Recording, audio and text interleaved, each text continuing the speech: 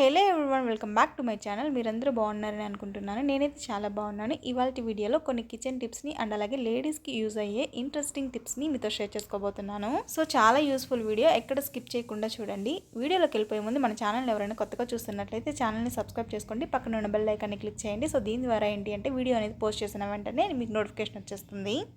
So ఇక అస్సలు late చేయకుండా వీడియోలోకి వెళ్ళిపోదామా. సో ఫస్ట్ టిప్ వచ్చేసి ఇది కిచెన్లో లేడీస్కి చాలా బాగా యూజ్ అయ్యే టిప్. కొన్ని రోజుల తర్వాత pressure cooker gasket loose అయిపోయి లీక్ అవుతూ ఉంటుంది. ఇక మనం అందులో ఏం వండినా విజిల్ సరిగా రాదు అండ్ అలాగే ఒక్కొక్కసారి పొంగిపోయి కౌంటర్ టాప్ అంతా పాడైపోతుంది. సో అలా కాకుండా గ్యాస్ కట్ పాడవకుండా ఉండాలంటే ఇలా ట్రై చేయండి. ఫస్ట్ అయితే కుక్కర్ గ్యాస్ కట్ ని కొంచెం సేపు అయితే వాటర్ లో నానబెట్టాలి. ఇక అందులో అర్జెంటుగా ఏదైనా వంట చేయాలనుకున్నప్పుడు గ్యాస్ కట్ ని కొంచెం సేపు వాటర్ లో ఉంచి గోధుమ పిండితో కోటింగ్ వేయాలి. ఇప్పుడు దీన్ని డైరెక్ట్ గా మూతకు పెట్టేస్తే ఇది టైట్ గా ఫిక్స్ అయిపోతుంది. ఇలా చేస్తే ప్రెషర్ కుక్కర్ అనేది లీక్ అవ్వకుండా ఉంటుంది. సో నెక్స్ట్ టిప్ నెంబర్ 2, ఇది కూడా చాలా మందికి హెల్ప్ అయ్యే టిప్. నేనైతే ఈ ప్లాస్టర్ని యూజ్ చేసే ప్రతిసారి ఈ ప్రాబ్లమ్ని ఫేస్ చేస్తాను. ఏంటంటే ప్లాస్టర్ స్టార్టింగ్ పాయింట్ ఎక్కడ అనేసి ఇది వెతికేసరికి సగం టైం వేస్ట్ అనమాట. సో దీనికోసం నేను ఒక వీడియో చూసాను అనమాట. ఆ టిప్ అయితే నాకు బాగా నచ్చింది అనమాట. సో నాలాంటి వాళ్ళు ఉంటారు కదా, సో వాళ్ళ కోసం షేర్ చేస్తున్నాను. సో సేఫ్టీ పిన్ ఉంటుంది కదా, సో దాన్ని ఈ వీడియోలో చూపిస్తున్నట్లుగా స్టిక్ చేసేసుకోవాలి ప్లాస్టర్కి. సో అప్పుడు ఎప్పుడు కావాలంటే అప్పుడు ప్లాస్టర్ని ఈజీగా యూజ్ చేసుకోవచ్చు. సో నెక్స్ట్ టిప్ నెంబర్ 3, ఈ టిప్ కూడా లేడీస్కి కిచెన్లో చాలా బాగా యూజ్ అవుతుంది. ఎండుమిర్చి ఎక్కువ వలవాలనుకున్నప్పుడు అండ్ అలాగే కొంచెం ఘాట్ ఎక్కువ వలవాలనుకున్నప్పుడు చేతులు కొంచెం మంట పుడుతుంటాయి కదా. సో అలా కాకుండా ఉండాలంటే ఫస్ట్ ఎండుమిర్చి వలిచేదానికన్నా ముందు చేతులకి కొంచెం పాలు అప్లై చేసుకొని వలిచినట్లయితే చేతులు అనేవి మండకుండా ఉంటాయి అన్నమాట. సో ఎప్పుడైనా ఎండుమిర్చి కొంచెం ఘాటు ఉన్నవి వలిచేటప్పుడు ఈ టిప్ని ట్రై చేయండి. సో నెక్స్ట్ టిప్ నెంబర్ 4, ఇది కూడా చాలా బాగా యూజ్ అయ్యే టిప్ అనమాట. కోమ్స్ని ఎలా ఈజీగా క్లీన్ చేసుకోవాలో. నేనైతే కోమ్స్ని సోప్తో కానీ షాంపూతో కానీ క్లీన్ చేసేదాన్ని. బట్ నాకు ఈ టిప్ తెలిసినప్పటి నుంచి కోమ్స్ని పౌడర్తో క్లీన్ చేస్తున్నాను. కోమ్స్ని పౌడర్తో క్లీన్ చేస్తారా అనుకుంటారేమో, చాలామందికి తెలిసే ఉంటుంది. బట్ తెలియని వాళ్ళ కోసం షేర్ చేస్తున్నాను.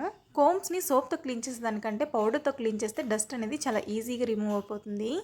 నేను ఇక్కడ చూపిస్తాను చూడండి, డస్ట్ అయితే ఎంత ఈజీగా రిమూవ్ అయిపోయిందో. మీకు ఈ టిప్ తెలియకపోతే ఒకసారి టిప్ని ట్రై చేయండి. సో నెక్స్ట్ టిప్ నెంబర్ 5, ఇదైతే చాలా అంటే చాలా యూస్ఫుల్ టిప్ అనమాట. ఒక్కొక్కసారి బట్టల మీద ఆయిల్ మరకలు పడుతూ ఉంటాయి కదా.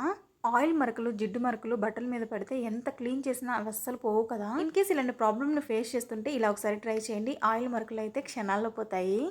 నేనైతే మీకు క్లియర్గా అర్థం అవ్వాలని చెప్పేసి వైట్ నాప్కిన్ మీద ఆయిల్ మరకలు అనేది వేసి చూపిస్తున్నాను చూడండి, ఎంత ఈజీగా రిమూవ్ అయిపోయిందో. ఎక్కడైతే ఆయిల్ మరక పడిందో సో అక్కడ ఏ టాల్కమ్ పౌడర్ అయినా పర్వాలేదు. సో కొంచెం స్ప్రెడ్ చేసి బ్రష్ తోటి క్లీన్ చేసామనుకోండి, చాలా ఈజీగా రిమూవ్ అయిపోతుంది.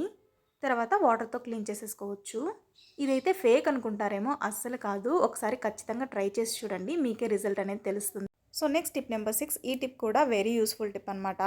అప్పుడప్పుడు బట్టల మీద ఇంకు మరకలు పడుతూ ఉంటాయి కదా. చిన్నపిల్లల నీళ్ళల్లో ఈ ప్రాబ్లమ్ని చాలా ఫేస్ చేస్తూ ఉంటారు. యూనిఫామ్స్ కూడా మోస్ట్లీ వైట్ కలర్లోనే ఉంటాయి. అవైతే ఎంత రుద్దినా కూడా అస్సలు పోవు. ఎలాంటి ఇంకు మరకలనైనా చాలా ఈజీగా ఎలా రిమూవ్ చేసుకోవచ్చో ఈ వీడియోలో చూడండి. ఇంకు మరకలు ఎక్కడైతే పడ్డాయో సో అక్కడ కొంచెం డెటాల్ని అప్లై చేసి బ్రష్తో కానీ లేకపోతే కాటన్తో కానీ ఇలా రబ్ చేశారనుకోండి, చాలా ఈజీగా రిమూవ్ అయిపోతాయి. అబ్బా ఇదంతా ఫేక్లే అనుకుంటారేమో, సో అందుకనే నేను ఇక్కడ వచ్చేసి వైట్ క్లాత్ మీద క్లీన్ చేసి చూపిస్తున్నాను. సో రిజల్ట్ అనేది మీరే చూడండి. నెక్స్ట్ టిప్ నెంబర్ 7, ఈ టిప్ కూడా కిచెన్లో చాలా బాగా హెల్ప్ అవుతుంది. ఒక్కొక్కసారి కౌంటర్ టాప్ మీద కానీ ఫ్లోర్ మీద కానీ ఆయిల్ బై మిస్టేక్ పడిపోతూ ఉంటుంది కదా. సో అలాంటప్పుడు చాలామంది ఆయిల్ పడ్డ చోట క్లాత్తో క్లీన్ చేస్తూ ఉంటారు. సో అలా క్లాత్తో క్లీన్ చేసామనుకోండి, ఇక కౌంటర్ టాప్ మొత్తం జిడ్డుగా అయిపోతుంటుంది. సో అలా కాకుండా ఆయిల్ పడ్డ చోట మెస్సీగా కాకుండా నీట్గా క్లీన్ చేసుకోవాలంటే ఇలా ట్రై చేయండి. ఆయిల్ పడ్డ చోట కొంచెం గోధుమ పిండిని కానీ మైదా పిండిని కానీ చల్లేసి ఈ వీడియోలో చూపిస్తున్నట్టుగా క్లీన్ చేసేసుకున్నారనుకోండి, అసలు ఆ ప్లేస్లో ఆయిల్ పడ్డదా లేదా అనేది కూడా మనకి తెలియదు అనమాట. సో అంత ఈజీగా క్లీన్ చేసేసుకోవచ్చు.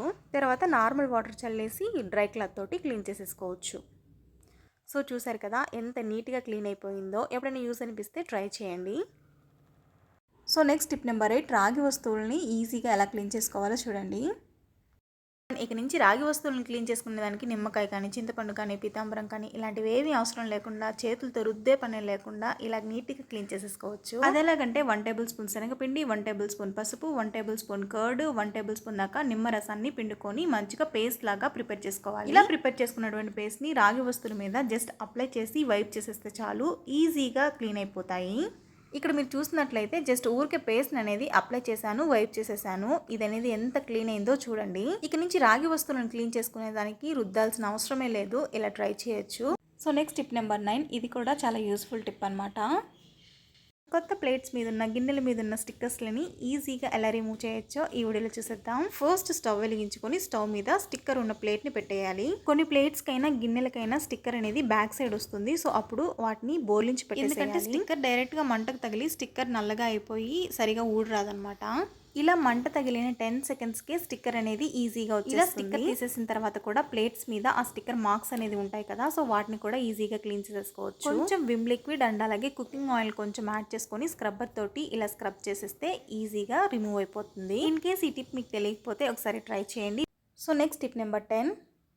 పచ్చిమిర్చిని ఎక్కువగానే తెచ్చుకుంటూ ఉంటాం కదా, అవి ఫ్రిడ్జ్లో పెట్టినా కూడా పాడైపోతూ ఉంటాయి. సో అలాంటప్పుడు ఇలా ట్రై చేయండి, ఫ్రెష్గా ఉంటాయి. ఫస్ట్ అయితే పచ్చిమిర్చి తొడుములన్నీ తీసేసుకోవాలి. తర్వాత ఒకసారి వాష్ చేసుకొని డ్రై క్లాత్ తోటి తుడుచుకోవాలి. ఇప్పుడు పచ్చిమిర్చి అన్ని డ్రై అయిపోయిన తర్వాత 8 కంటైనర్లో స్టోర్ చేసి పెట్టుకుంటే ఎన్ని రోజులైనా ఫ్రెష్గా ఉంటాయి. కావాలంటే ట్రై చేసి చూడండి. So next tip number 11. ఈ టిప్ లేడీస్కి కిచెన్లో చాలా బాగా హెల్ప్ అయ్యే టిప్. ప్రెషర్ కుక్కర్ లీక్ అవుతా కుక్కర్లో నుంచి విజిల్ సరిగా రాక చాలా ఇబ్బంది పడిపోతూ ఉంటాం కదా, సో అప్పుడు ఈ ట్రిక్ని ట్రై చేయండి. సూదిని కానీ లేకపోతే సేఫ్టీ పిన్ కానీ తీసుకొని ఈ వీడియోలో చూపిస్తున్నట్టుగా చేసామనుకోండి, లోపల ఏమైనా స్ట్రక్ అయిపోతే వచ్చేస్తాయి అనమాట. సో అప్పుడు ప్రెషర్ కుక్కర్ అనేది లీక్ అవ్వకుండా ఉంటుందన్నమాట. సో ఎప్పుడైనా యూజ్ అనిపిస్తే ఒకసారి ట్రై చేయండి. So next tip number 12. ఈ టిప్ కూడా అప్పుడప్పుడు హెల్ప్ అయ్యే టిప్. ఒక్కొక్కసారి ఒకే సైజు ఉన్న గ్లాసులు కానీ గిన్నెలు కానీ ఒక దాంట్లో ఒకటి స్ట్రక్ అయిపోతూ ఉంటాయి కదా, సో అలా స్ట్రక్ అయి ఉన్న గ్లాసుల్ని ఈజీగా ఎలా తీసేయచ్చు అంటే, ఫస్ట్ ఈ గ్లాసుల మధ్యలో కుకింగ్ ఆయిల్ని ఈ వీడియోలో చూపిస్తున్నట్లుగా స్ప్రెడ్ చేసుకోవాలి. ఈ గ్లాసుల మధ్యలోకి ఆయిల్ పోయేలాగా స్ప్రెడ్ చేసుకోవాలి. ఇలా ఆయిల్ని అప్లై చేసుకున్న 1 or 2 మినిట్స్కే గ్లాసుల మధ్యలోకి ఆయిల్ పోవడం వల్ల ఈజీగా వచ్చేస్తుంది. ఎవరికైనా యూజ్ అనిపిస్తే ట్రై చేయండి. So next tip number 13. ఈ టిప్ వచ్చేసి లేడీస్కి చాలా అంటే చాలా యూజ్ అయ్యే టిప్.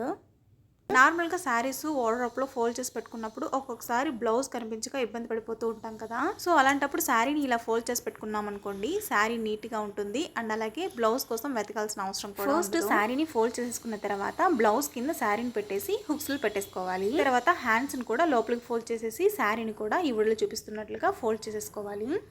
ఇప్పుడు ఈ శారీని బ్లౌజ్ మీదకి ఫోల్డ్ చేసేసేయాలి. ఇలా ఫోల్డ్ చేసిన తర్వాత ఒక లేయర్ లోపలికి శారీ మొత్తాన్ని ఈ వీడియోలో చూపిస్తున్నట్లుగా పంపించేసేయాలి. సో శారీని ఇలా ఫోల్డ్ చేసుకుంటే శారీ బ్లౌజ్ ఒకే చోటు ఉంటాయి, చూడటానికి కూడా నీట్గా ఉంటుంది. So finally this is the video. I hope ఈ టిప్స్ అన్ని మీకు నచ్చాయని అనుకుంటున్నాను. మీకు కనుక ఈ వీడియో నచ్చినట్లయితే లైక్ చేయండి అండ్ అలాగే మీ ఫ్రెండ్స్ అండ్ ఫ్యామిలీ మెంబర్స్కి షేర్ చేయండి. Finally don't forget to subscribe to my channel, don't forget to hit the bell icon and అలాగే ఈ వీడియోని ఎండ్ వరకు చూసిన ప్రతి ఒక్కరికి థ్యాంక్ యూ సో మచ్.